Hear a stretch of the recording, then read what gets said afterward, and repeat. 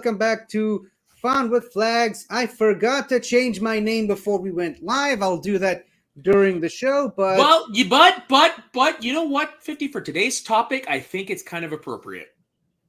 I disagree. But if you want it, I'll keep it. Well, it's up to you. I'm just saying I think it suits, but it's up to you. I disagree. So yeah, this is not Greatest Show in the Galaxy. This is Fun with Flags, the show that I do with my good friend Soda, where we teach each other about each's respective countries, Israel and Canada. So this is my turn, but beforehand, while I change my name to something a bit more appropriate, Soda, how are you doing today? Doing all right. Just got off work, and so I'm just relaxing. And now we're gonna do an interesting show. Interesting indeed. So yeah, now having changed my name into something a lot more appropriate that you can't read. Yeah, what does it mean first? A brother in arm. There you go. Thank you. Which is the logo of this shirt. Anyway, so I've had the day, and well, it has been a week and a half from hell where I live. And like I said last week, when you did your topic, I had a completely different topic for this week for what I was going to do. Of course, real world stuff got in the way and forced me to change it into something a bit more appropriate in today's climate. Something much more relevant, something much more controversial. Let's put it that way. For those of you who don't know, I do in fact live in Israel, and right now we are going through a war. It's one of our toughest times yet. Hopefully, and we will get through it all. But for right now, all I can do is sit here and talk about what's happening. And in order to do that, as I usually do, so that you know this, whenever I talk about the history of my country or specific historical events, I always have to go backwards to way before the actual event to explain the build up and lead up to what is happening. Yeah. And that's what I'm going to do today. Today's topic essentially is Israel's war with Hamas. And I am kind of talking about the current conflict that's happening right now, but at the same time, in order to properly understand the full context of this kind of conflict, we have to go back to the very beginning of You're giving Hamas. us the origins of the war. Not so much the war, but the origins of Hamas itself as an organization. In order to properly understand the way this organization functions today, nowadays, in the current climate, you have to understand a little bit of where it came from and how it's been run and governed over the years. Now, I've done something that I normally never do, Soda, something that you usually do. I've prepared notes. Oh, gotcha. I've got it on another tab, and I will be going over those notes. Now, I didn't actually, I'm not going to read out a Wikipedia page like you normally do. I basically written down some bullet points that I'll just expand upon as we get to them. And to fully understand the story of the Israel's war with Hamas, I have to take you back to the year 1987. Does that year sound familiar to you? Yeah, it's the year I was born. Yes, indeed. Sadly, fortunately, someone else was born that year. Yes, good old Ben, right? Yeah, a couple months older than me. Unfortunately, something else was born that year. Something. And that year also saw the beginning of what is now known as the First Intifada. have you heard of the Intifada? The ever so muted soda? No, it sounds very close to Antifa though. Oh, it does. Intifada is essentially Arabic for uprising Okay. or rebellion. And the Intifada itself, you probably know this from the previous time I did a topic. After the Yom Kippur War happened, certain things happened. Lines were being redrawn. Yep.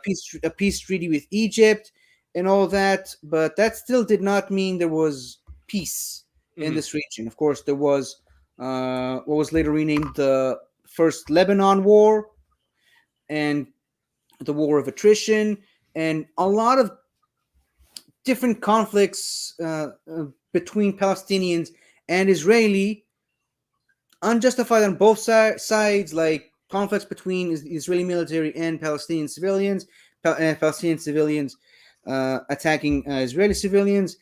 It was a very period of unease, which led to the first Intifada, or as it was known at the time, the War of Stones. Mainly because the stones were the primary weapon used by Palestinian civilians who rose up against the Israeli military, started attacking civilians and military people alike. There was a lot of killings, a lot of unjustified murders of Palestinian civilians, but of Israeli civilians as well, and Israeli soldiers as well. It was bloodshed. Like I've it was. seen way too many pictures of my life of things like that from the other side of the world, man. Yeah. So you have somewhat of a clear I picture. have context just based on other incidents like that I've seen or seen. Yeah. So the Intifada itself started on the 9th of December 1987 and lasted, get this, all the way up to the 13th of July 1993. Holy shit! So from the year you were born to the year I was born. As a matter of Wow, fact, several days after. Uh, Jesus. Now, during this time, a radical Sunni Islamic uh, organization, a radical organization of radical Islamic extremists, was born, known as Hamas. Hamas as an organization.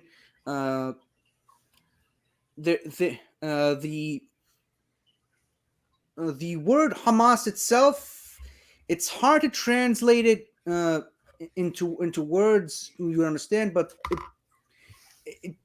basically Dumb it down as best as you can. it's Like kind of just short estimate it. for the Islamic resistance movement. Okay, that makes sense. Yeah, Well, not what they're and doing now, but you know.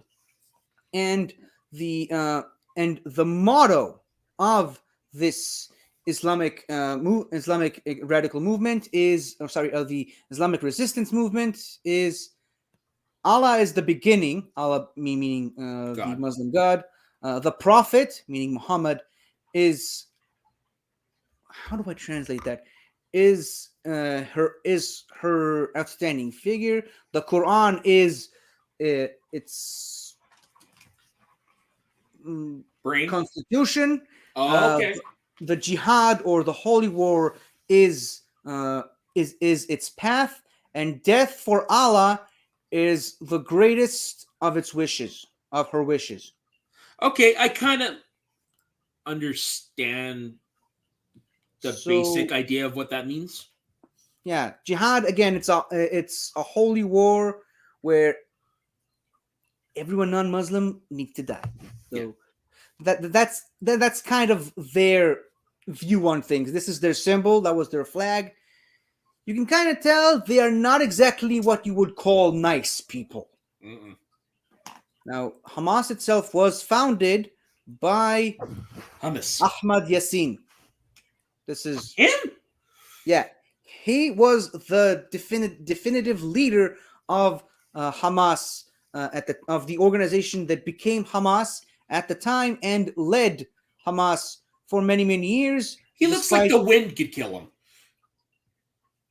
Well, it didn't, and there were several Israeli attempts on his life, none of which were successful. He Naturally. was arrested at one point and released in another point, but this really is the main thing we need to discuss. The exact proper date of the formation of Hamas is debatable, disputable. Some people suggest that it was the day after the Intifada began, Mm. meaning uh, the uh, the 10th of December. Some people would suggest that it founded around the 15th, with some sources even going so far as to say that it was as far as early February the following year. So 2 to 3 months after. One thing that is indisputable is that the first Intifada was the first time that Hamas properly functioned as its own organization. Now, it wasn't a terrorist organization at first. It was initially conceived as sort of an alternative leadership for the Palestinian people, an alternative to the Palestinian Authority. And at the time, they were also a charitable organization, hence why they seemed the lesser of two evils to the Israeli government. Now, Mm. something I probably should have prefaced this at first. I'm gonna try to be as fair to both sides as I possibly can. Just remember, I kind of am part of one side, so I can't quite be 100% fair to both. There is going to be some biasy because I'm telling my side of the story, but again, I'm just trying to stick to the facts as much as I possibly can. Now, in the first Intifada, which, as mentioned, lasted for about 5-6 years, the death toll, get this, was around 164 Israelis and 1,160 Palestinians. Holy shit. Now, many of which were the lawbreakers and the people who rose up, many of which were, of course, members of Hamas. But it's important to note that not every Palestinian killed was, to blame. Yeah. Many of them, in fact, were innocent. It's important to note, and it's going to be a continuing theme as we go over this list. Now, the one of the Intifada itself, there were many horrors that happened in the first Intifada, but the main thing that happened in the Intifada, and most importantly to our conversation here, is that one of the major things that happened by Hamas's hands, that Hamas directly was involved with and responsible with, is the kidnap and murder of two Israeli soldiers, Avi Sportas and Ilan Saadon. And Why? what? Why? What did they do? They exist. Ugh, And more importantly to Hamas, they're soldiers. Now, to talk a little bit about how that happened is Hamas operatives essentially dressed themselves up as traditional Hasidic Jews. Probably should have brought a picture for that as well. But they basically, you probably know how traditional Hasidic Jews look like. With the black clothes, the hats, the pigtails, the hair, the beards. Yeah, of course. Yeah, so they dressed up as Rabbi Tuckman. The what? Rabbi Tuckman. That's the one from Men in Robin Tights? Hood Men in Tights, yeah. Yeah. So basically that. They dressed up as those. They were very convincing. They drove up in a car and picked up both of these soldiers in completely separate instances. It's important to mention that. They essentially they offered those soldiers a lift because, as it happens, soldiers have to travel on their own from their base to their homes when they're going on shore leave. So they mainly use public transportation like buses, taxis, or lifts, rides, but only with people they trust. Because back then, it was a very common thing. It was very well accepted that if you see a soldier standing around waiting for a bus, uh, and you drive past them, it was very common courtesy to offer them a lift to wherever they needed to go. I mean, Naturally. like they're soldiers, they're Yeah. protecting, they're Thank you for your defending our support, type country. thing. Least Yeah, we can do. yeah, it was the good Samaritan thing to do, and the Hamas operatives knew that, so they dressed themselves up as Hasidic Jews and appeared to offer both these soldiers on two separate occasions a ride home with no intention of ever taking them anywhere in particular. The plan was to kidnap them and hold them for ransom in exchange for Israel to release many uh, Palestinian prisoners from their prisons, many of whom were Hamas operatives at the time. Now, these two soldiers, Avisos Portas and Ilan Saadon, resisted arrest, as you can imagine. They did not want to be captured. Naturally. They did not want to be held as leverage against their own country, and so both of these were brutally murdered by their Hamas kidnappers, and their bodies were essentially displaced. Avisos Portas' body was found later that same year in a field somewhere, and Ilan Saadon, the younger of the two, his body was found in a junkyard in 1996. Holy shit. 7 years after the kidnap. They were both kidnapped in 1989. Wow. Yeah. So right then and there, you can start to see the mentality that Hamas has as an organization, right? And I promise you, it only gets worse from now on. Now, around 1982, while the first Intifada was still going on, there was also the murder, essentially the same way as Sasportas and Saadon, but there was the kidnapping and murder of another Israeli soldier, Nissim Toledano, on December 13th, 1992. Okay, and as a result of that, 415 uh, known Hamas operatives who were in Israeli prisons were banished to Lebanon. Originally, the plan was to banish them for 2 years until the U.S. intervened, which was shortened to 1 year. But while they were there, they've also managed to have close ties and make very good connections with Hezbollah, which is another radical Islamic terrorist organization operating in Lebanon. I've heard, yeah, their name has come up in the last few weeks, I believe. Yeah, because of what's currently happening. Yeah. Yeah, so Hezbollah, somewhat similar to Hamas, except they are operating in Lebanon and they have very Lebanese interests. They're not really fighting for a free Palestine. They are fighting, or rather, for full control of Lebanon. As a matter of fact, as of a few days ago, the Lebanon prime minister or president, I can't remember if that's the title, essentially openly admitted that, yeah, he's the leader of his country, but he doesn't really make the decisions. Every decision made in Lebanon is controlled by Hezbollah, and he's just a figurehead, a puppet leader. And that's the leader of a country saying that. Awesome. How is that awesome? That was a sarcastic awesome. Oh, okay. Sorry. Sorry, I thought I thought my voice communicated that. Yeah, well, I'm sorry. My it's true. It's also almost 2:30 in the morning right now for you. Yeah, pretty much. Your brain is mush. No, my brain is always mush. So yeah, they made ties with Hezbollah, and Hezbollah became a significant ally for Hamas, and it still continues to do so to this day. Yeah. Now there.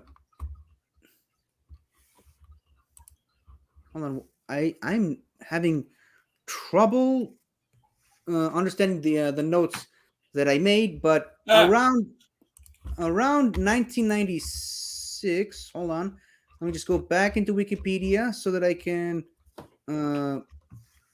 be absolutely sure about what I'm writing. mm, mm, mm. Oh, okay. So that's it. So apparently, I did not bother to have a picture, but Oh, around at the beginning of 1986, a known terrorist called Yiha Iash, probably mispronounced that, was a known terrorist known by the name of Yecha Iash, was assassinated by Israel, and as a result of that, there were four significant suicide bombings in Israel, most notably uh, two in Jerusalem, Tel Aviv, and Ashkelon. And you can kind of see the picture right here. This is a bus that Hamas blew up in a suicide bombing in Jerusalem. holy shit.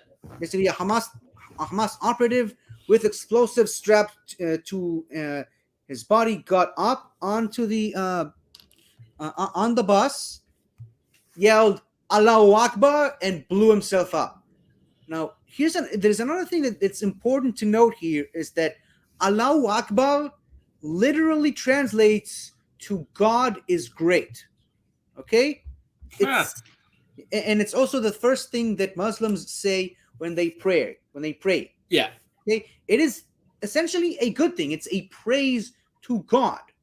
It's just Hamas terrorists and other Islamic terrorists around the world use that as a battle cry before they kill people or blow themselves up, which is why that term was given a negative term, a Naturally. negative connotation. Okay, so when people hear Allahu Akbar, they mostly associate it with terrorists and bombings, but it's important to note that that is not the original intention of that phrase. Okay, it's a good thing. It's a Yeah. religious thing that was tainted by the wrong people who used it for all the wrong reasons. Uh, Now, around 1994, these suicide bombings also led to the breaking apart of the Oslo Accords. Now, the Oslo Accords, which started around 1993, were the closest that Israel has ever gotten to broking peace with the Palestinians, Holy right? shit. The closest they've ever gotten between Yasser Arafat and Yitzhak Rabin, the Israeli prime minister at the time, the closest they've ever gotten with the help of the then president, which the president of America, which 1993, I'm pretty sure that was Clinton. 1993? Yeah, When did W come in?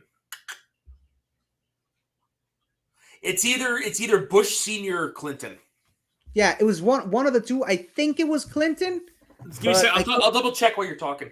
right. Thank you. Yeah. So yeah, they started around 1993. Around 1994, they started to die down, and they fully went up. You're right. It is Clinton. Yes, I know something. Yeah. And January they 20th, 1993. I thought it was the year after.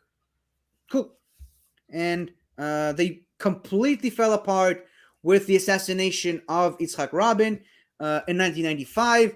That is a topic for another day. But yeah, so the closest Israel and Palestine have ever gotten to broken peace with one another was now gone, thanks in some part to Hamas and its actions. Now, Fuckers. in uh, uh, in uh, September the 27th of the year 2000 was the beginning of the second Intifada, which went on all the way up to the 8th of February, uh, 2005. So again, a 5-year intifada of, once again, brutal murders, attacks against Israeli citizens and Israeli soldiers, except this time it was much, much, much more aggressive. They were no longer using stones. At this point, they were using bombs, explosives, makeshift weapons, the lot. So You name it. upgrade. An upgrade. It was a full-on bloodbath. It's very close to calling it a civil war. The only difference is there was nothing really civil about it. They were killing indiscriminately, with something they still do to this day. Hamas killing Israelis and Palestinians alike with no distinction, killing indiscriminately people on both sides. They never really see any side of the conflict. All right. In some cases, even today, they kind of kill their own people, mostly by accident because they just shoot first, ask questions never. Friendly fire, So, yeah. yeah, so this is the mindset that Hamas has. Now, the main difference, of course, between the first Intifada and the second is that at this point, there were actually proper leaders behind the uprising. Now, again, this wasn't just Hamas doing it, it was other organizations like Ashaf and the Islamic Jihad and Fatah. But of course, we're mostly going to focus on Hamas's involvement in this affair. Now, the Palestinian leaders at the time were the leader of the Palestinian Authority, Yasser Arafat. You have seen this face at least, right? Yep, and I have, and I've definitely heard the name before. Yeah, I figured you might. And the other leader of the Palestinian Authority at the time was... You did say Yasser Arafat, right? Yeah, Yasser Arafat. Yeah, okay, just wanted to double check. Yeah. And the other leader at the time was, of course, Mahmoud Abbas, otherwise known as Abu Mazen, who is still leading the Palestinian Authority to this day. Oh. Okay. Now, on Hamas's side, the leaders were Khaled Mashal, Ismail Ania, Muhammad Dif, and Ahmad Yassin, which we've seen earlier. Yeah. Ahmad, so that one guy, he must have died young then. If that's the only picture you could find of him. We'll get to him. But yeah, so the plot Ahmad Yassin, Khalid Mashal, Ismail Ania, and Muhammad Dif were the leaders of Hamas at the time. The leader of the Islamic Jihad at the time was Mahmoud Tawalba. Probably butchered that name, but who cares? And the leader of Fatah was Marwan Barghouti. And just to show you something, this is the logo of Fatah at the time, and still to this day, as a matter of fact. Oh shit! Yeah, clearly very peace-loving people. Am I right? Yeah, a little on the nose. Yeah, very much on the nose. Now, Yasser Arafat. We'll get to that eventually. I believe. So Yasser Arafat, out of all of them, is the most famous because during the 90s and probably I think in the 80s as well, so like stand-up comics would do jokes about him. So that's how I'm familiar with who he is. Yeah. That was one of the common jokes about him. So I'm pretty sure Ahmad Yassin died around 2004-ish, and hence then Ismail Ania became the de facto leader of Hamas, and he's still leading Hamas to this day. Wow, he doesn't look like he'd be a leader of a terrorist organization. And that's the point. Yeah. Now, going on to the other... Sorry, before you go forward, this legit sounds like some bullshit out of a spy movie. Like, they just exist to blend in and, like, all that shit. That is exactly the point.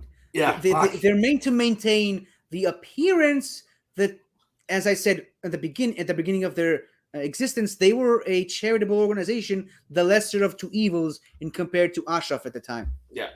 Yeah. Wow. So that's why he looks so distinguished and respectable. So now, the other guy you mentioned, Muhammad Dif, yeah, he's essentially the leader of the military faction of Hamas. Essentially, he's essentially, for lack of a better word, the general chief of staff. Gotcha. Okay. Now, the reason why this is the only picture you could find, this is literally the only picture you can find, is the guy is in hiding for years and years and years, and there have been so many assassination attempts on his life. from what I've been told, from what I'm hearing, the guy is basically Darth Vader at this point. Oh, Like no arms, no legs, most of his body's burnt up. fuck off! Basically Darth Vader. That's why No, that's not real. And he never publicly shows himself, partly because he's afraid of being assassinated, but also because there's really not much to show. He There's only no ever that's real. No way. I'm telling you, it's real. The only way he even gives orders to his people and making public statements like the ones he did on the more recent attacks is through audio. You never see the guy's face. This is fucking nuts, man. That Jesus, that is like some supervillain shit. Yeah, and well, sometimes reality is crazier than fiction. Yeah, no kidding. And I'll tell you something even more so. Around 2004, Yasser Arafat died in mysterious circumstances. That I knew. Yeah, I knew that. Now, there have been many theories on how that happened. Some suggest that Israeli Mossad agents poisoned him. Some suggest he died of natural causes, particularly he was sent to France for a life-saving operation to help save his life. And even some of the French doctors have admitted that he was killed under mysterious circumstances. Wow. Sorry. The French doctors suggested that he died out of natural causes. Several years after his passing, his bones were dug up to be re-examined, and they kind of suggest that there was some poisoning involved. However, certain representatives on the Palestinian side suggest that it wasn't actually the Israelis who poisoned him, but rather a political rival of Yasser Arafat in the Palestinian world. It could be. Yeah. That seems. You know what? Out of all three, that seems they all seem likely. No, like with what you're telling me, no likelier than the other. Yep. So I guess we'll never really know how that actually happened. But following his death, the Second Intifada slowly started to die down before dying down completely early in February of 2005. Now, in this conflict, and this is the big significant difference here we're going to start to notice here, and I want you to start noticing a pattern here with this. Yep. The death toll on the Israeli side was 1,057 people. Okay. Now, again, killed over a span of almost 5-year lifespan. Now, about 50 of them were foreigners. Actually, no, 1,057 Israelis and 50 foreigners. Oh, okay. Okay. Now, on the Palestinian side, get this, and you're gonna start to notice there's a lot of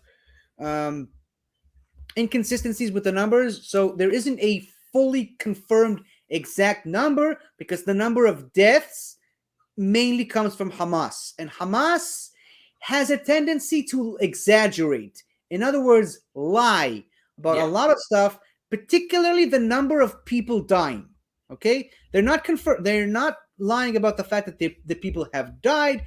Just sometimes they fudge the numbers. Yeah, they fudge the numbers. So the full number of Palestinian deaths from the Second Intifada ranges between 3,179 to 4,269. Okay, I was thinking it was like 10 times more. Well, I wouldn't put it past them. But again, some of this was through Hamas confirming things.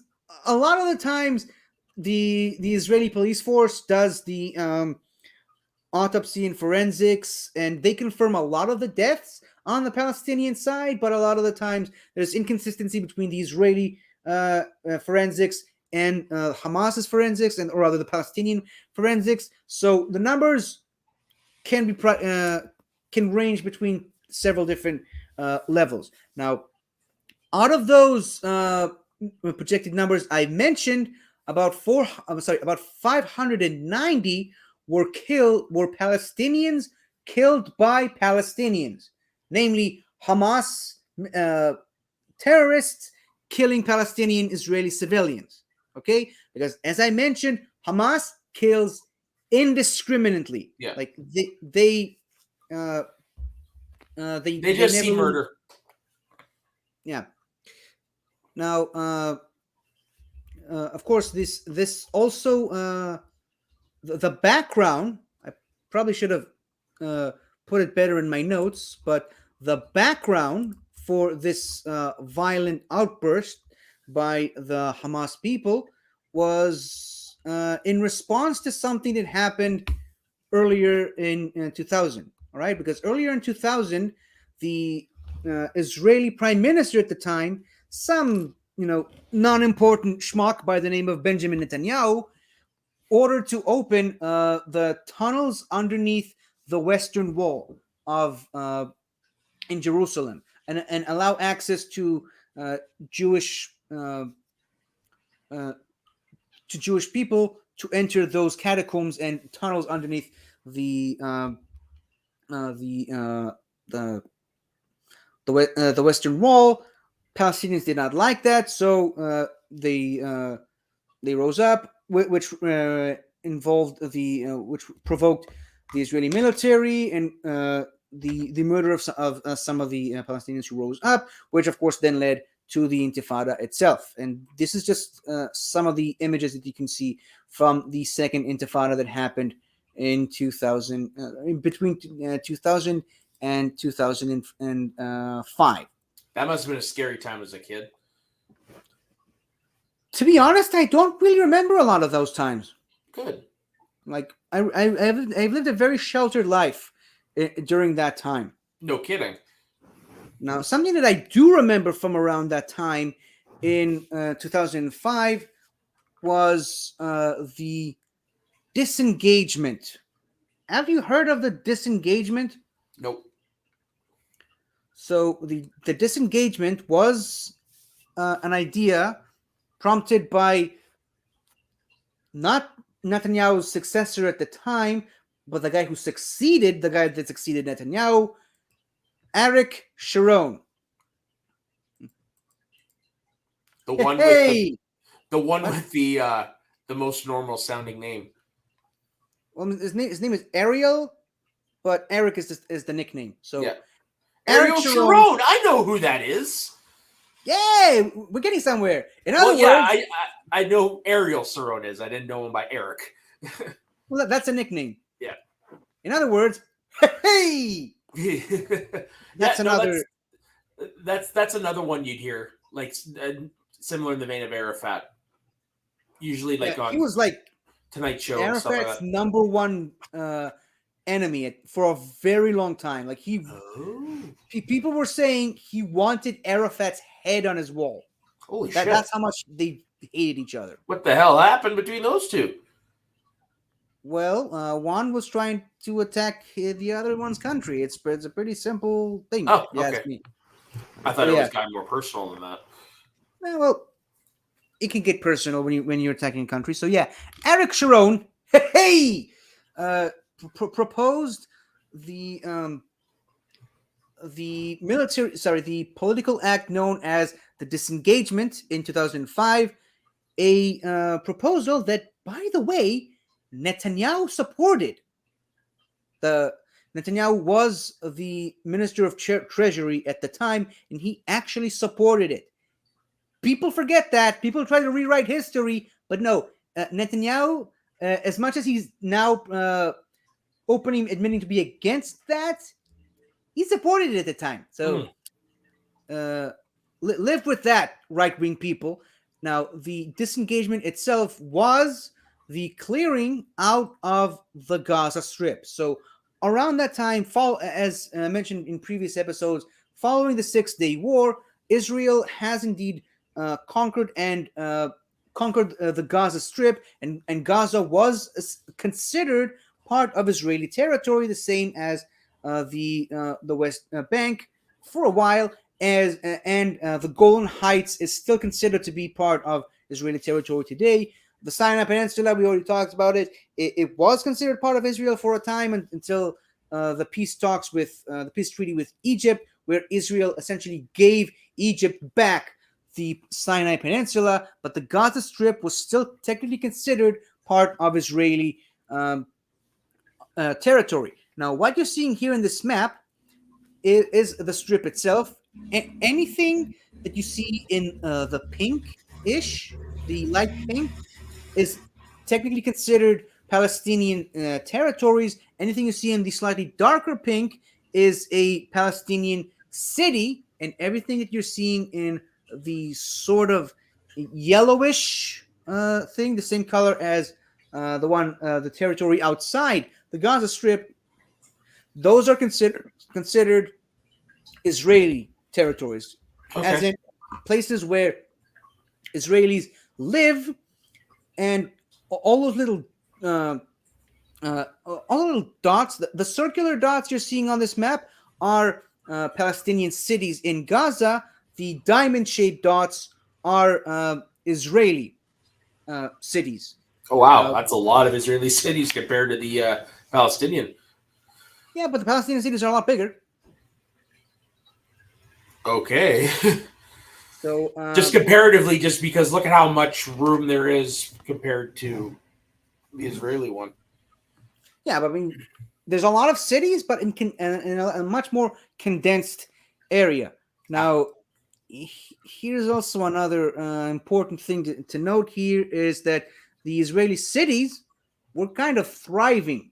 Like they had really good economics. They had really good agriculture. They were essentially considered heavens on earth. The Palestinian cities, not as much. Mm-hmm. Okay. Now, the disengagement was the clearing of all the Israeli cities from those places and essentially banishing all the Israeli citizens who lived in those cities and scattering them all over the rest of Israel. Many of which have still yet to recover. Like many homes were lost, many families were uh, destroyed over this move. This was a very dark time for the Israelis, especially the ones living in the Gaza Strip, where Israeli soldiers removing people from their homes by force and forcing them to live somewhere else. Okay, this is important because this is one of those events that the world conveniently seems to forget most of the time. Okay, so essentially, Israel had somewhat control over Gaza, but in 2015, they essentially forced Israeli people out of their homes and gave the entire land to the Palestinians. Okay, are we clear on that? Yeah. Because again, so a lot of people seem to conveniently forget that these events ever happened. The detachment itself was happened between, or rather started on the 15th of August 2005 and reportedly ended around the 11th of September the same year. The out of the Israeli cities, about 806,000 Israelis were banished from their homes. Oh So shit. 8,600 people lived in Gaza and were removed from their homes. Now, it's also important to note that one of the main reasons is because because of the overwhelming Palestinian population in the Strip. It was very difficult to maintain peace between Palestinians and Israelis. A lot of a lot of Israeli cities were constantly being attacked by Palestinians, which of course forced retaliation by Israeli soldiers. A lot of Israeli soldiers also died in the conflicts. A lot of Palestinians were also shot, and it was a nightmare. It was impossible to properly function as a race of people in that type of environment. One continues to try to kill the other, and there were a lot of harsh casualties on both sides. So that was Eric Sharon Hayes' proposal. So could you please explain what hey is? It's just a common joke whenever, especially at the time, whenever Eric Sharon was parodied in satire, in satire shows like, let's call it Saturday Night Live ish Okay. shows. Sketch It was shows, gotcha. yeah, it was mostly done by the same actor, the same impressionist, and that was kind of his main shtick. That was the iconic, recognizable character trait that he gave Eric Sharon. Okay, so Eric Sharon never did that. That was just something that is okay. I got you. I don't Okay, know for a fact that if he ever did that, but that was yeah, like if you hear that particular actor, which could be an episode of the show in and of itself, but if you hear that, you know that he's essentially playing Eric Sharon. Like he yep. played a lot of the politicians. That was probably his most famous one because of the hey. You're right. That is definitely very much Saturday Night Live. That is a sketch comedy show right there. I get. Okay, I hear you. So like, there's very distinct ways of imitating and impersonating some of these politicians. Like Benjamin Netanyahu has a very distinct voice. That's why he's so easily imitated. Yeah. That's basically Netanyahu. Yeah, there's also a very distinct way of distinguishing Shimon Peres. What the fuck? Yeah, it's a former president and former prime minister, but like, hey, that's the iconic Eric Sharon thing. Now, anything you want to say on everything we talked about so far? Because I really need to finish this tea before. No, go ahead and finish. No, so far, it's okay. It's nice to know that there are at least a couple people that I did recognize. Yeah, no, man, it's where you live, dear Lord. And it's only gonna get worse. Now, yeah, no kidding. Here's the thing. So around later, so in 2005, Eric Sharon, hey, suffered a stroke. Womp womp. And he suffered another one in January of 2006 and remained in a coma until his eventual death in 2014. Holy shit, he was in a coma for that long? Yeah. Wow. I didn't realize that. To put it in context, okay, I was in elementary school when he had his first stroke. I was kind of going into my first year of middle school when he went into a coma. I was a sergeant in the military when he died. Holy shit. So yeah, that long. I still remember the day. It was during one of the darkest weeks of my life for reasons I won't get into at the moment. But yeah, nothing to do with the passing of Eric Sharon. Hey, yeah. But yeah, that it was that long. Wow. Now some people have gone on to justify it as like, oh, it was an act of God because of the disengagement. That's what people were saying. All right. People are dumb. Yeah. They said that they did a pulsar de Nura on him and all kinds of weird religious shit, but the fact of the matter is the guy was very old and, you know, as seen in this picture, did not live a very healthy life. So you make your own assumptions as to why that happened to him that way. But yeah, so and you know something else, the next point that we're going to talk about started after he was in coma and ended way before his passing. So it's a lot of things happened while he was still in coma. All right. Now in 2006 was the event that really shaped Israel's face for several years, the kidnapping of one Gilad Shalit. Mm-hmm. Are you familiar with this name or this picture? I'm getting a sense that I do, but I might have heard of it. But if I kind of recognize it, there's a chance I did then. All right. So I just want to say this image that you're seeing on screen right now, this image is burned into the public consciousness of an entire nation. There's an entire several generations of kids grew up seeing this picture essentially every day of their lives. This What is the like fuck happened? so in June 25th, 2006, this soldier, Gilad Shalit, was kidnapped by Hamas militants near the border of Gaza and was taken into Gaza as a hostage. All right.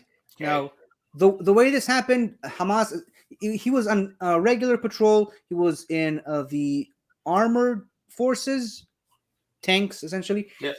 and they were doing a routine patrol around the Gaza border. Hamas militants attacked the patrol, killed many of his friends, injured him greatly, and I mean, there's documentaries about it, but the footage essentially shows the the Hamas operatives basically running up the tank and physically pulling him out of the cockpit and dragging him by his shoulders all the way across the border while he had an injured shoulder. Like his shoulder got hit from Jesus. shrapnel during the attack. Many of his friends were killed, and he was dragged still alive into Gaza itself and essentially kept there for 5 years alive, with very few evidence of him actually still being alive or well Holy treated for. shit. Yeah, which then sparked the infamous campaign Gilad is still alive, Gilad Adain Chai. These were stickers, banners, posters. You would see these everywhere in Holy Israel, fuck. wherever you go. You would see them stickers on cars, on buildings, on billboards, in TV commercials.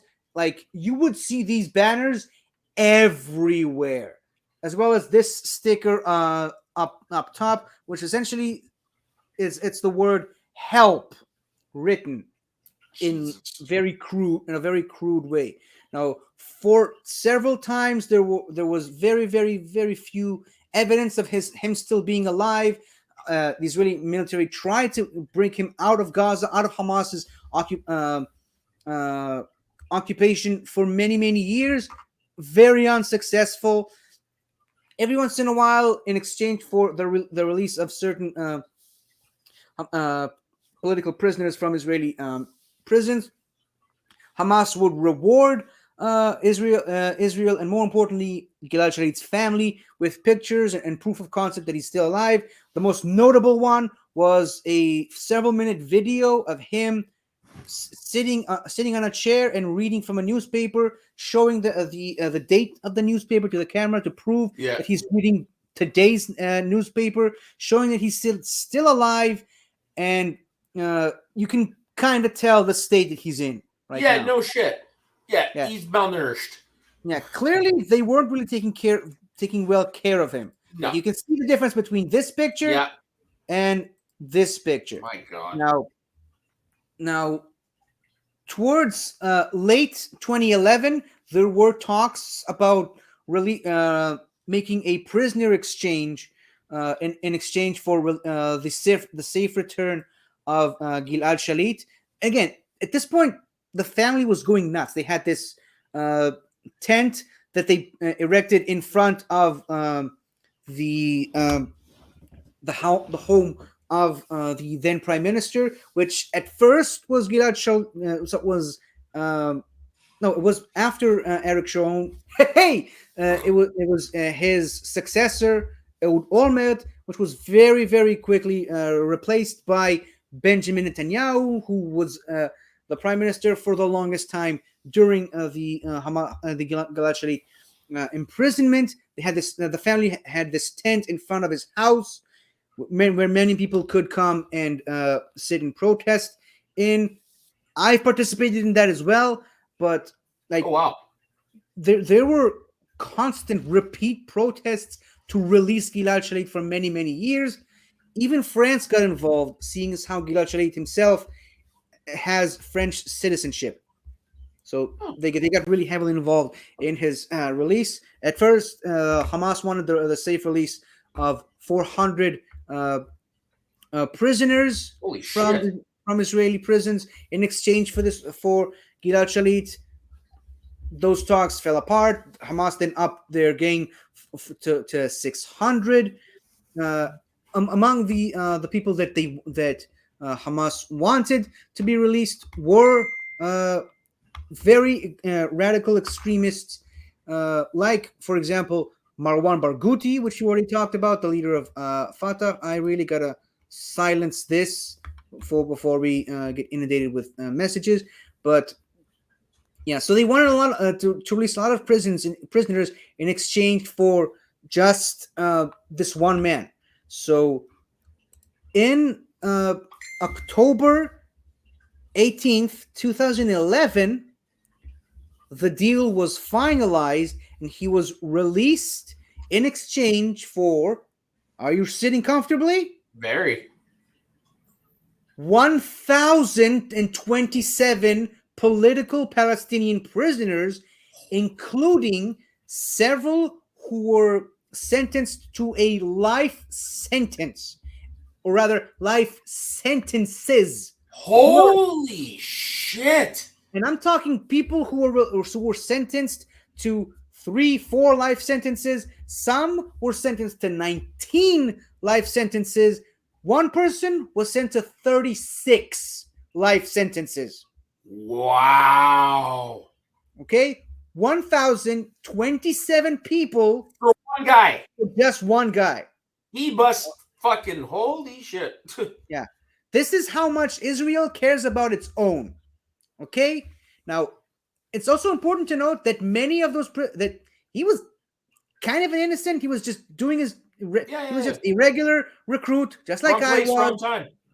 Wrong place, wrong time. Just happened to get captured. These people were murderers, Yeah. killers, terrorists, responsible for the deaths of dozens, if not hundreds, of innocent civilians, Israelis and Palestinians alike. Okay. Now, one name in particular I want to focus on. One person who was released this in this particular deal was Yahya Sinwar. Okay, now Yahya Sinwar. Let me tell you a little bit of a story about Yahya Sinwar. Of course, he was in prison for the murder of 3 or 4 people. I can't remember. Sentenced to one life sentence, as far as I remember. But here's the thing: during his imprisonment, he had a life-threatening tumor in his brain. Oh. Okay, and how do you think the Israeli prison system responded? They didn't. They performed a life-saving surgery to remove the tumor from his brain and save his life. Yeah, wow. Do you think he was grateful for that? Nope. He would have rather died. Yep. And when he was released in the Gilad Shalit deal, he made a public statement to the people of Israel, basically saying, "You made a huge mistake. We will come back. We will come back for you. We will kill you all and eat your livers." Those What were the his fuck exact is wrong words. with these people? Like, they saved your life when they didn't have to. This is the Hamas mentality. I'm just telling you all these things so you'll understand what kind of organization we are dealing with here. Jesus Christ. Okay, we are not dealing with normal people. Apparently Okay, not. we are dealing with natural born killers. Okay, of course, many of the people who were released during the Gilad Shalit deal were recaptured. Many of them were killed over the many conflicts between Israel and Gaza. But the main point was made. Gilad Shalit was brought back home. You can see right here, Yeah. being dragged by the shoulders by Egyptian security people, essentially dragged forcibly by people all over Egypt. It was essentially taken to prevent the entry of anyone into Gaza Strip from the Israeli side. He was taken to Egypt and was passed through the Egyptian border into Israel, where he finally met his parents again. There's a really iconic moment of him in full military uniform, saluting the general chief of staff, saluting Benjamin Netanyahu, who, for all his faults, he organized the deal and he finalized the deal. Yeah. So there's one credit you got to give him for that. Even a broken clock is right twice a day, man. Yeah.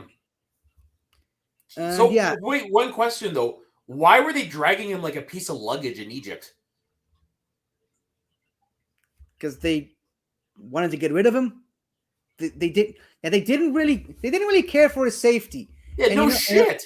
yeah, and I'll tell you something else. About 2 months after he was brought back, he needed to undergo surgery to remove the shrapnel from his shoulder that have been there since he was captured. Fuck off. Yeah, So and and again, you're seeing him being dragged by the yeah, shoulders. that's terrible. So what's he up to now? Like how what? Oh, just living his life like any normal person should. No, Like but I mean like every once in a while, he makes the news circle of, look, Gilad Shalit has a girlfriend. Oh, look, Gilad Shalit is now getting married. You know, but for the most part, he doesn't really do much. okay, cool. So he's not like an advocate for anything or whatever. He's not No, like he's just happy to be alive. He's just happy to be back home. no, totally fair. Good on him. Good And on who him. can blame him? But yeah, you can really tell a lot about a civilization from the way they treat their prisoners, Mhm. not their citizens. Am I right? So Yeah. this is how he was. This is how Hamas treats their prisoners. This is an example of how Israel treats its prisoners. Mhm. Are you noticing the difference here? A little bit. Yeah. Now, again, this happened from 2006 to 2011. All throughout that time, Eric Sharon, hey, was in a coma. Now, during that time that he was captured, something else happened. The cast lead operation, or Operation Cast Lead, which happened between uh, December 27th of 2008 and lasted all the way to January 18th, 2009. Now, this was mainly in response to uh, the many rockets being launched from Gaza Strip into Israeli territories. Now, this is 2008 we're talking about. Okay, so the majority of those rockets were in settlements and kibbutzes who are essentially on the border of Gaza. Still to this day, as a matter of fact. So you can't really see them on this map right here, but just imagine that very close to the Gaza border, there are cities, settlements, and living places scattered all around that border. Now, these rockets and bombings from Gaza into these settlements have been happening for years. Around the time of the Cast Lead operation, these rockets sort of had larger ranges, including my home city, Beersheba, which I've already showed you on a map, the distance between that and Gaza. Yeah. Okay, so things were getting really intense because of Hamas's continued attempts to reach further and further places. Okay, and larger cities and larger major populated areas, and so the Israeli military engaged with Operation Cast Lead, which mainly involved a lot of airstrikes against known Hamas checkpoints and known areas where Hamas was using to launch these missiles and rockets. And there was also a minor ground entry into Gaza Strip with the hope of retrieving Gilad Shalit at the time, which of course failed and resulted in the death of several Israeli soldiers. One of which was from my school. Like, he graduated from my school a couple of years ahead of me. Went enlisted in one of the major Israeli infantry forces, and when a grenade was dropped into his APC with his friends, he wasted no time and dropped on the grenade itself to save the rest of his teammates from death. Pull the Captain Rogers. Pretty much, yeah. Uh, Alex Mashevitsky, uh, may he rest in peace. Yeah. Shut up. Anyways, so that was the Cast Lead, which, as I mentioned, uh, didn't really have many results. Now, on the now this also resulted in the death of 13 Israelis, most of which were soldiers. I believe there was like one or two civilians who died from the rockets that landed in Israeli populated areas. And as for the Palestinians who were killed at the time, and again, these numbers taken with a grain of salt because of Hamas's tendency to over exaggerate, they were somewhere between 1,103 to 1,413. Now, out of that number, whichever one was finalized, about 871 were confirmed as Hamas terrorists, or rather, Wow. terrorists of both Hamas, the Islamic Jihad, and other pro-Palestinian terrorist groups in Gaza. Okay, now about 3 years later, after a minor skirmish between Israel and Gaza after the assassination of two very important Hamas leaders, one of which I actually got to see happening live. Story for another time. But yeah, there was a minor skirmish in March of 2012. But later in that same year, there was the assassination of a very high-ranking Hamas official, Ahmad Jabari. And Cool. in response to that, Hamas launched a massive retaliation with more rockets than ever before and with further ranges than ever before. First time ever that Hamas rockets were able to reach areas such as Tel Aviv and Jerusalem. Holy shit. One rocket, what? Said holy shit. One rocket it even landed in the most southern city in Israel, Eilat. Now, the major, and of course, this was known as the Pillar of Defense or Pillar of Defiance. I can't remember the exact name of the English version, but yeah. So this was a large, full-scale assault.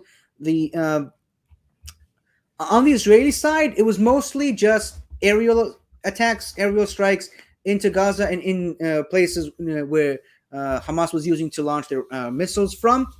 There was no ground entry into Gaza Strip, but one thing I can say is I haven't participated in that event myself.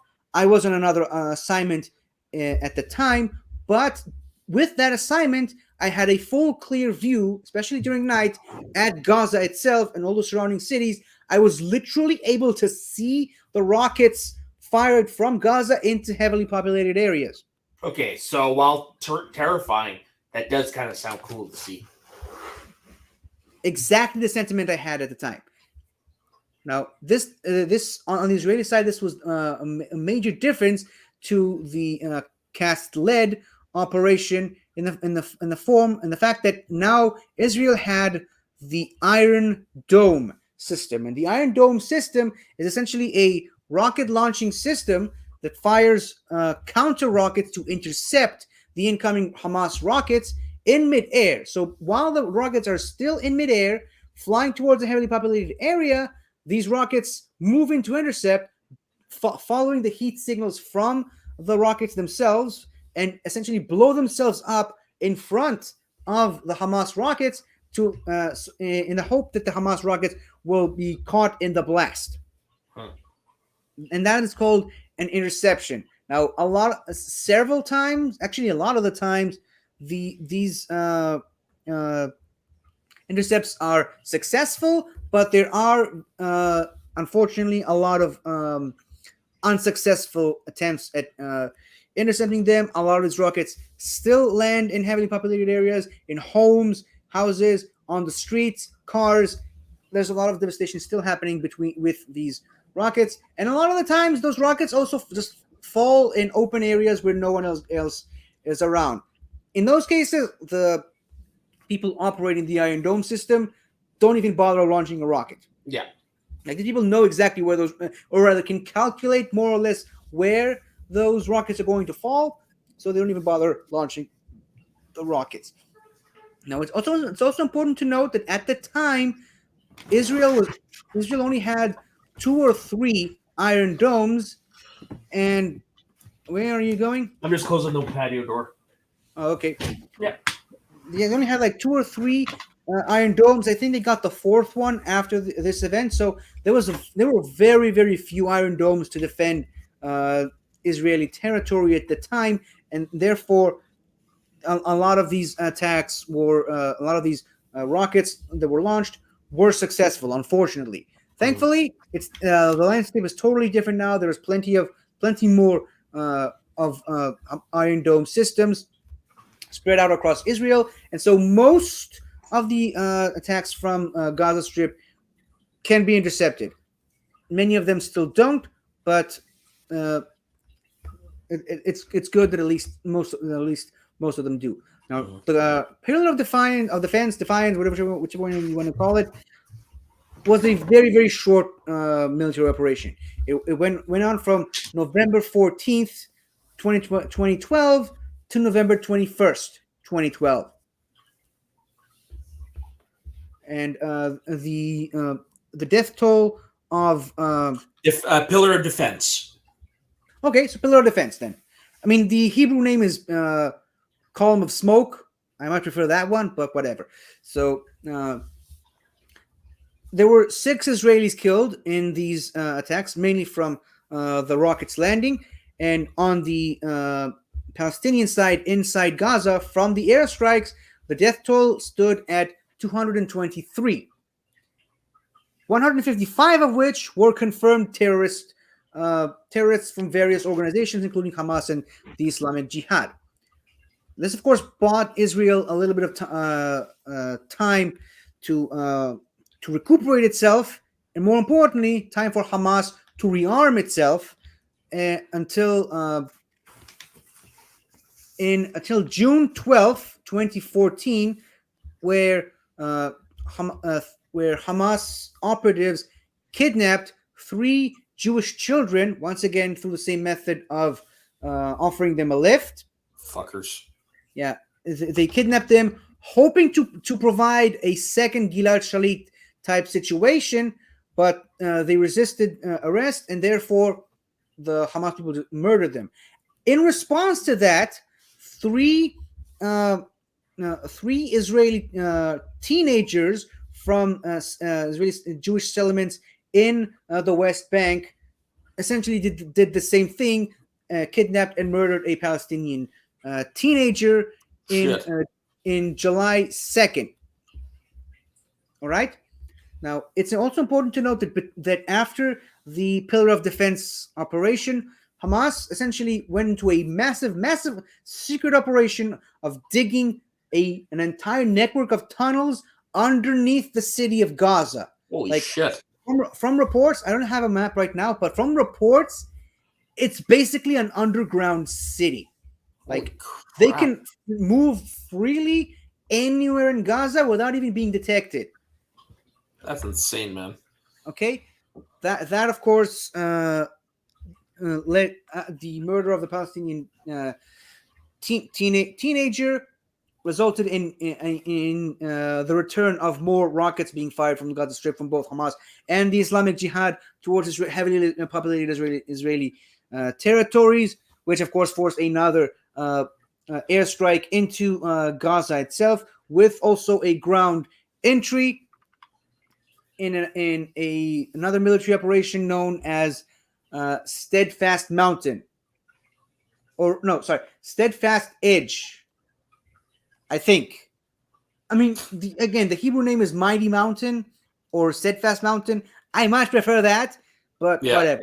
Now, this is the military operation that I actually did took active part in. I didn't go into Gaza because without getting into too much detail, the base I was at the time wasn't necessarily essential. I was guarding the northern border, the Golan Heights, from the possibility that Syria might want to enter the conflict as well, which Mm. it sort of did. There was shots being fired from the Syrian border, at which point the base that I was in fired back at them, and I got to do my part in the battle. And I still have my war decoration from that Oh, operation. that's pretty cool. Yeah, one of these days, if you ever come over to this side, I'll show it to you. Yeah, no kidding. But yeah, the main goal of the Israeli military in the steadfast edge was the collapse and the destruction, essentially, of all the underground tunnels that were dug after the Pillar of Defense uh, operation. Now, Yeah. what? Said yep. Yeah, that was mainly a success. The operation itself came into a close after an Israeli infantry soldier, Hadar Goldin, was murdered. Was kidnapped further into Gaza. There was the plan of using him as another Gilad Shalit, but eventually they just killed him anyway. So that more or less ended the conflict with a more or less victory for the Israeli side because of all the underground tunnels that were destroyed. Now, the operation itself lasted from the 8th of July, the day before my birthday, and the 26th of August in 2014. Now, Okay. on the Israeli side of things, there were 75 casualties, and on the Palestinian side, there was the death of 2,203 Palestinians in Gaza. Now, this is again where the numbers are a bit obscure. So the confirmed terrorists from both Hamas, Islamic Jihad, and other terrorist groups who were in those 2,203 were somewhere between 936 to 1,408. Holy crap. Now, are you noticing the pattern here of as there's more and more of these operations, even though there are still more deaths on the Palestinian side, you'll notice that the number of uh, confirmed terrorists and Hamas operatives continues to rise while the number of civilian casualties continues to lower. Mm-hmm. Yeah, I have noticed that.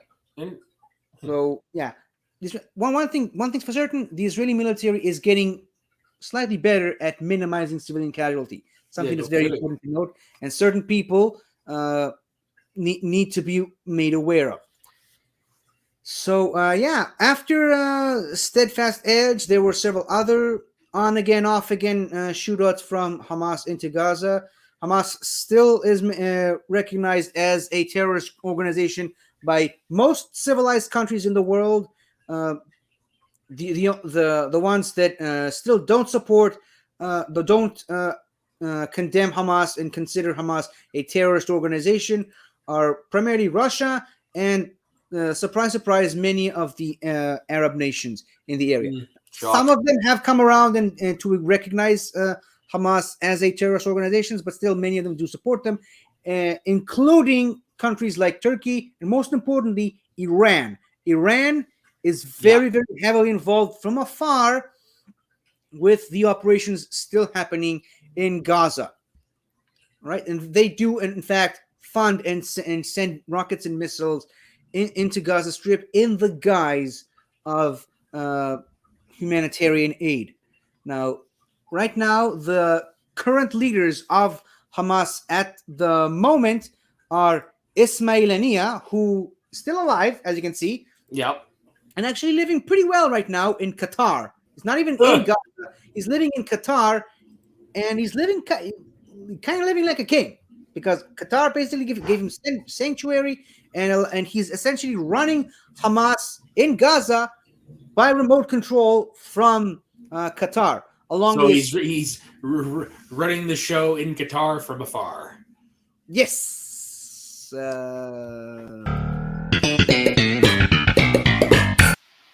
Hey, so We went over an hour for the first one of those. yeah, Wow. we need to step up our game. So Ismail Haniyeh is still alive, still running Hamas from afar in Qatar. Shut up already! You can put it on silence, you know. Yeah, I couldn't find it. It was underneath a plate. Sorry, my bad. But he's also in Qatar along with his second in command, Salah El Aruri, which I couldn't find pictures for, or didn't really want to. And the main leaders of Hamas on the military side in Gaza, again, the quote unquote pseudo de facto general chief of staff is still whatever remains of Muhammad Diff Yep. and the There's no kind fucking of way.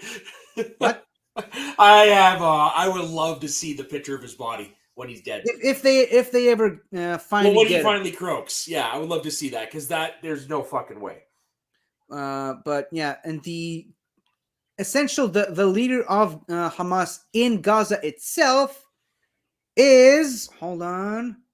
Drum roll, please. Where's the drum roll? There it is. Yahya Sinwar. Remember him? Oh yeah, Yeah, the the man guy who we deserved to have a tumor. yeah the guy that Israel saved, and he essentially said that he'll be coming back for all of us, and that's kind of what he does. He issued the attack. He gave the order to attack a week and a half ago. All right. Now, after Steadfast Edge, there were several other on again, off again operations like Guardian Walls. I think that's what it's called. I'm kind of lost in all the names. There was Shield and Arrow as well. There were on again, off again operations, but for the most part, the most recent one was earlier this year.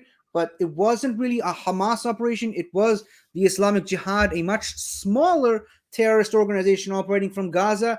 And if I'm being honest, a slightly less competent organization from in Gaza. Case in point, a couple of hours ago, they launched a missile into Israeli territory, which backfired and landed on a Palestinian hospital in Gaza. Oh fuck! Of course, there was this massive news campaign claiming that no, it was actually an Israeli airstrike that attacked that hospital, but many other news channels, including Al Jazeera, by the way, released the actual footage of you can actually literally see the rockets coming out. Now, they at some point they disappear. You don't see them, but you clearly see the explosion in Gaza. Yeah, holy crap! No Israeli military, no Israeli Air Force jet plane inside. So assume what you will. And of course, now about an hour and 20 minutes into this conversation, I think we've established who Hamas are and what they stand for and what their morals and values are. Yes, we have. Okay, so on October 7th, this year, in 6:30 in the morning, precisely, there was a massive bombardment of Hamas rockets from Gaza into any populated area in Israel, anywhere that they could reach. Now, the official numbers that Hamas gave was 5,000 rockets fired into Israeli cities. This was, of course, a massive exaggeration. It was a lot closer to 1,200, around 2,200 by the end of the day. But regardless, the message was sent. Hamas is going into a full-scale war. Now, these rockets were mainly a cover-up. To cover up the breaching of the fence that was erected around the Gaza Strip and the invasion of no less than 2,500 Hamas terrorists into Israel, who spread out using pickup trucks and motorcycles, armed to the teeth. Like they had guns all over them with ammunition, grenades, bombs, knives, anything you can think of. They were ready. They were prepared for this, and they had planned an invasion of 22 Israeli towns, settlements, and kibbutzes surrounding the Gaza Strip. Out of those 22, 21 fell under siege, and citizens were slaughtered in their sleep, kidnapped, burned alive. Their bodies were mutilated. Their houses were burned. Security forces who responded to the area were also caught in the massacre. Like, it was a bloodbath. I can tell you stories of every single one of these settlements. No time for that now, but there was like a 25-hour siege. Sorry, 2-day siege on the kibbutz called Be'eri, place that I happened to visit once upon a time. People being with about 50 or 60 people being locked in the dining room, unable to get out because of the bloodshed that was happening all around them. There was a 25-hour raid on a police station in Sderot, which eventually resulted in the demolishing of the entire police station, with 25 terrorists still inside, taking shelter and shooting anyone who comes close. Like policemen were being slaughtered. There was a very very famous story of an elderly married couple who were being held hostage in their own home, literally at gunpoint, while Israeli forces tried to peacefully negotiate the terms of release for these two people. Thankfully, those two people uh, are safe. The terrorists were dealt with. But yeah, I can tell you stories upon stories upon stories upon stories of how the war, the attack went on in those things, and we'd be here all day. Uh, so yeah, now dozens and dozens and dozens of Israeli people were kidnapped from their homes, including women, children, elderly, and Holocaust survivors. Like I'm talking people who were kidnapped and now currently in Gaza, with ages ranging from 9-month-year-old babies to 90-year-old Holocaust survivors. Like we're talking teenagers, parents, soldiers, anything you can think of, including Palestinian civilians, Bedouins, foreign immigrants, Thailand workers, like people from no less than 36 countries including Israel, were kidnapped and taken into Gaza Strip and are now currently being held as hostages in appalling conditions. What was mentioned with Gilad Shalit. Also, around 9-ish of that same day, the uh, there was a massive Hamas raid on a a festival containing about 2,000 people in the near the village of Re'im. Hundreds were slaughtered in the massacre, and very few were able to get themselves to safety. Many, of course, were kidnapped and taken into Gaza as well. And again, people in that festival, the ages range from 12 to mid to late 30s. Okay, many of whom were slaughtered in their own cars, which were set on fire. It was a full-on war zone.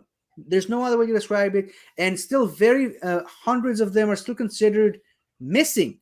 Like there are many cases of confirmed kidnapped because of videos that Hamas released in various TikToks and Instagram posts of you literally seen people from the age ranges that I've mentioned being dragged and carried, some of Yeah. them were bloody and screaming, into Gaza Strip by Hamas people, yelling the famous Allahu Akbar uh, chant that I mentioned earlier. Like there's no way of denying this.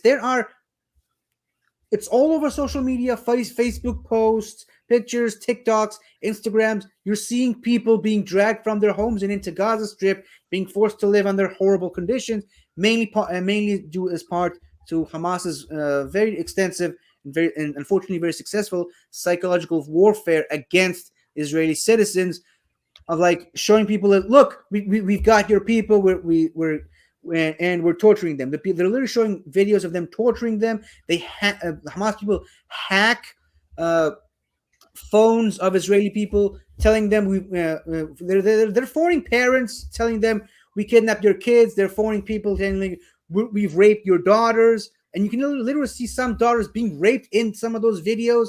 Like it's inhuman. Yeah. There's no other way I can explain this. This was a savage, barbaric, inhuman attack on human rights, and it's against all known laws of humanity. This goes way beyond war crimes, Even the Nazis, and I'm telling something else, even ISIS didn't do some of the stuff that Hamas is doing. I mean, Holy I can shit. share you some of the gory details. I'll tell you maybe some of them off camera, but it's beyond brutality. Some of the stuff that Hamas did to the kidnapped and to the bodies of the people they slaughtered. There's one village in particular that housed around 400 people. About 100 people are dead now.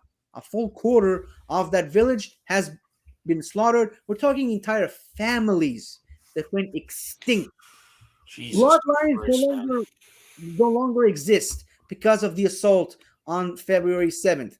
And right now, the official number is around 199 Wait, people. February 7th? You mean October 7th? October 7th, sorry, my bad. And right now, the official number is around 199 people being held hostage in Gaza. Hostages isn't even a word people want to use because even hostages have rights. Even wars have laws, not to Hamas, apparently. So 199 people still in Gaza from a wide range of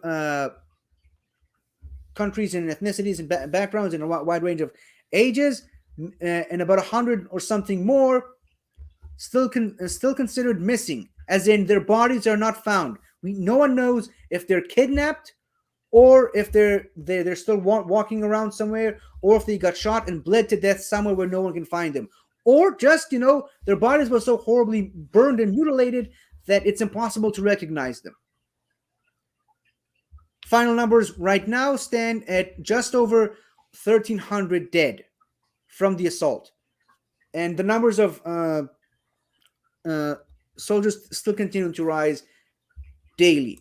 Of course, in response to that, the Israeli military issued the order of recruitment of well over 300,000 reservist soldiers into the ranks, and they've moved in towards a full on ground assault into Gaza, which is due to take place as of the recording of this video several days from now.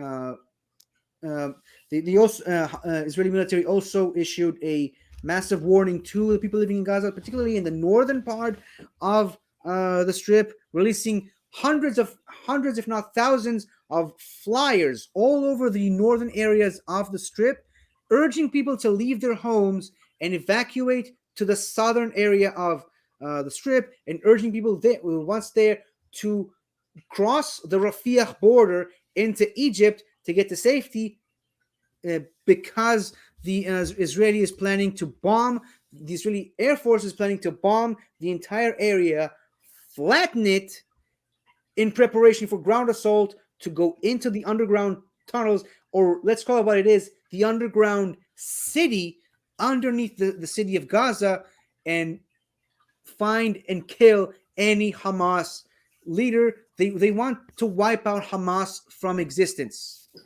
essentially. blame them. And they all earlier today, as of the recording of this video, they have succeeded in killing one of the tops in Hamas. They still haven't Good.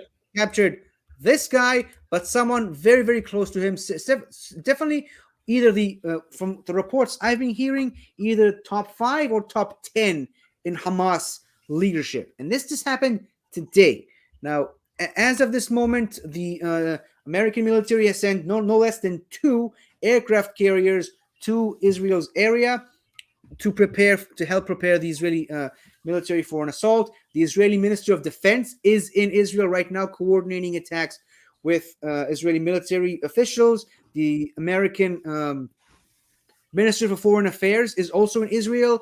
And as of this moment, as of the recording of this video, Joe Biden himself is planned to land in Israel tomorrow, Wednesday, as of the recording of this video, to fully assess the situation.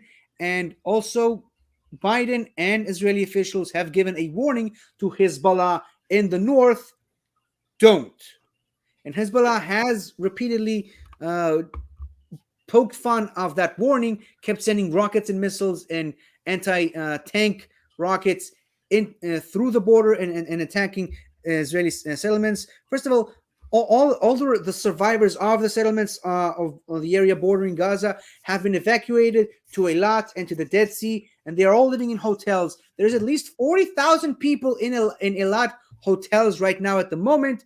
Not sure on the numbers for the people who've been evacuated and are currently residing in hotels near the Dead Sea, but also people in the northern area of Israel have also been ordered to evacuate from their homes in preparation for a possible conflict with Hezbollah from the north. But right now, what the Israeli military is mainly focused on is the war in Gaza, which is due to go into its full military, ground assault practically any day now. And we are 11 days, or at this point, as of the recording of this video, 12 days into this military, into this war. There's no other way to call it. Into this war. So I think all the buildup showed you everything you needed to know about Hamas and why, and precisely why Israel cannot allow this organization to continue to function for the betterment of both the Israeli population and the Palestinian population. The aims and goals right now, as far as the civilian side of things, is to evacuate all the Palestinian citizens into the southern part of Gaza so that they can take on Hamas from there. The hope was that they would be led into Egypt. All 2 million people who live in 2 million civilians who live in Gaza will be taken into Egypt. The entire Gaza Strip would be, for lack of a better word, no pun intended, stripped apart and rebuilt till there's absolutely no trace of Hamas still in there, and then let the 2 million people back in. As of this moment, as of right now, Egypt is denying the Palestinians in Gaza entry into its own country. The Egyptian leader does not want the 2 million Palestinians in its country, and Israel is currently in somewhat of negotiations to convince him to open the area or establish several humanitarian centers around the border to at least provide humanitarian aid for these 2 million Palestinians trapped between the border between Gaza and Egypt. But these are the events as they have been so far as of the recording of this video, which is on Tuesday, day 11 / day 12 of the war. Any closing thoughts?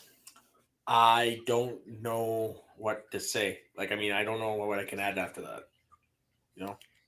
I don't either. Imagine me with a loss for words. Obviously you hear these things because they're on the news, but because of how close we are, it's weird when you have a personal stake in it, So definitely. So yeah, like I said, I don't know what else to say other than get those fuckers. Yeah. And again, it's important to note they are being backed by Hezbollah and Iran. Yeah. I don't think I need to explain to you how big of a threat Iran is to the free world. No, right? You definitely don't. And if Hamas succeeds in wiping Israel off the map, imagine who they're coming after next. Yep, no kidding. So the death of Hamas isn't just an Israeli versus a Palestinian war. It's a war for the face of the Middle East, and it's a war. It's a conflict for the sake of the safety and security of the free world. We're doing this to protect you, essentially. Because once they're finished with us, they'll be coming after Europe next and the Americas next. Like the Nazis. Yep. Tried to. But the Nazis tried to. Yeah. And very near succeeded. Yep. Very nearly succeeded. Do you have a topic for next week, Sorta? I'm going to be 100% honest. I have a few that are jumbling through my head. One in particular. Actually, if you just give me a second, I'm going to actually look real quick to see if it is Canadian or not. If so, Canada. By the way, it's not. Dang it. By the actually, way, you know what? Screw it. I said at one point there are going to be some moments where I'm going to want to do some other things from North America, and that's actually going to be one of them. So correct. This is so there is a TV show that just dropped recently on Disney Plus called Goosebumps. Are you familiar with Goosebumps? I've heard of the original Goosebumps. Never watched it, but I've heard about it. No, are you familiar with the book series? Yeah, I know it's based on Yeah. books. Never read the books. Never really showed any interest. I'm not really the So horror you know, type. but you know what it is. You just don't really know what's. You just don't know much I about know it. the name. Okay, so that's what I'm going to be talking about because I actually started watching the TV show and I like the way that they took books, like things that happen in books, and wove it into an actual story arc. So I'm actually, it's got me interested. I wanted to talk about the books and a few that I've liked over the years, and I actually still have one. I've kept one Cool. of the original books. But yeah, something I wanted to bring up while you were mentioning Canada, the Jewish community in Canada have donated 30 million uh, dollars for the displaced people who were evacuated from their homes. Holy In it, shit! Wow. yeah, and there was also the report a couple of days ago. Walt Disney donated 2 million. I think either Paramount or Universal also donated about 1 million. So yeah, a lot Mhm. of people are donating to the people of Israel who essentially survived the slaughter. Yeah. So yeah, this has been a very tough hour and 40 minutes talking about our lives in this region of the world and why it's so important to get this word around and get to make sure people know about Mhm. it because a lot of people Don't. you'd be surprised how few people around the world are familiar with the disengagement, are familiar with the story of Gilad Shalit. A lot of people still to this day, for some reason, still view Hamas as freedom fighters and as oppressed, occupied people, and they are not. And it's very important that It's the people, opposite. yeah, and it's very important that people realize exactly what type of people they are. Now, I'm not saying, and no one no one get this wrong. I am not saying that all Palestinians are like that. I'm certainly not saying that all Gaza people are like that, but Hamas is, and because it's such a well organized organization, it's really really tough to tell which of them are the are you know this and which ones of them aren't.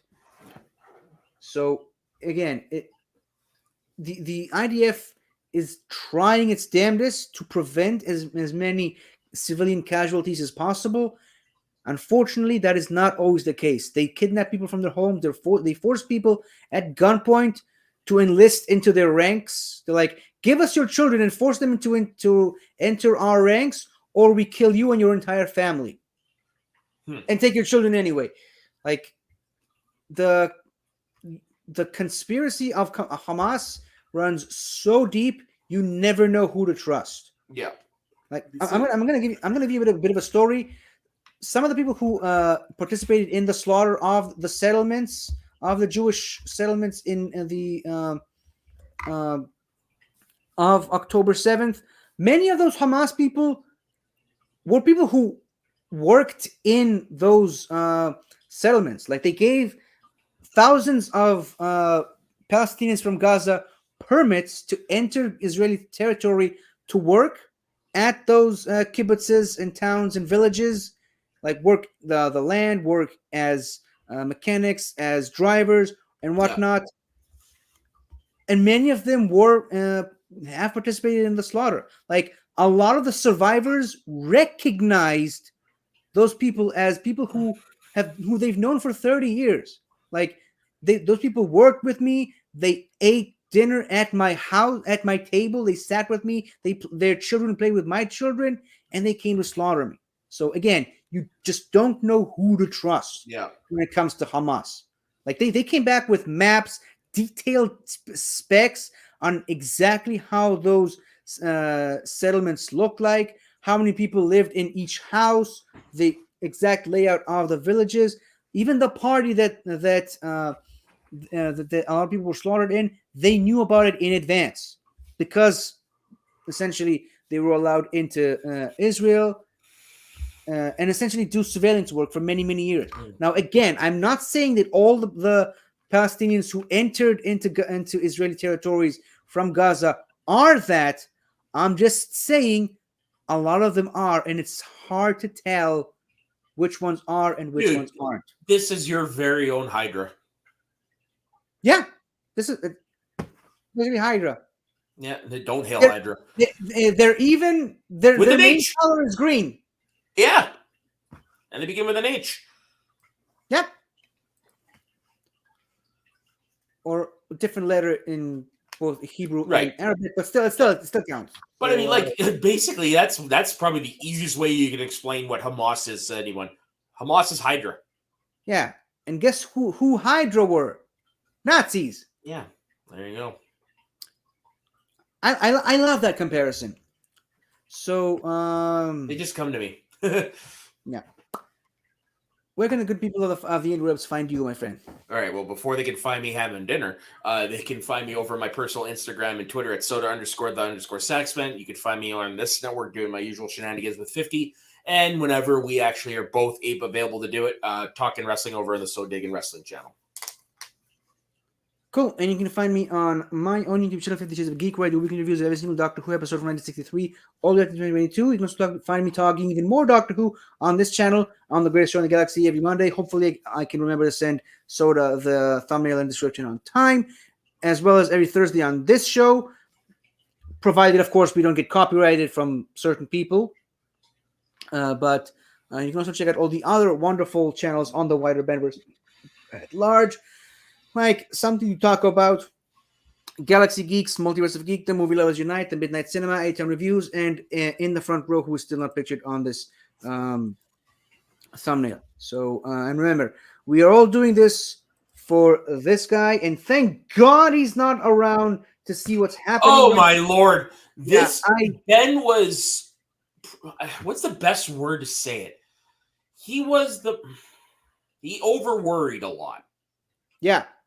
He would have asked me for updates every hour to make sure. Every hour? Fuck that. Every half hour. Yeah. Every half minute. And then I would have to play therapist for him.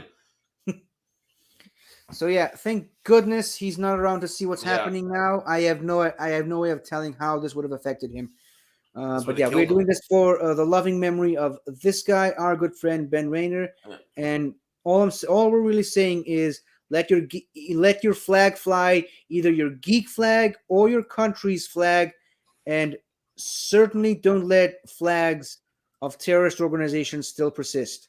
That's all we're really asking here, for us and for you. So until the next one, everybody, I gotta get myself to sleep. So and I gotta go eat. Goodbye for now, everybody.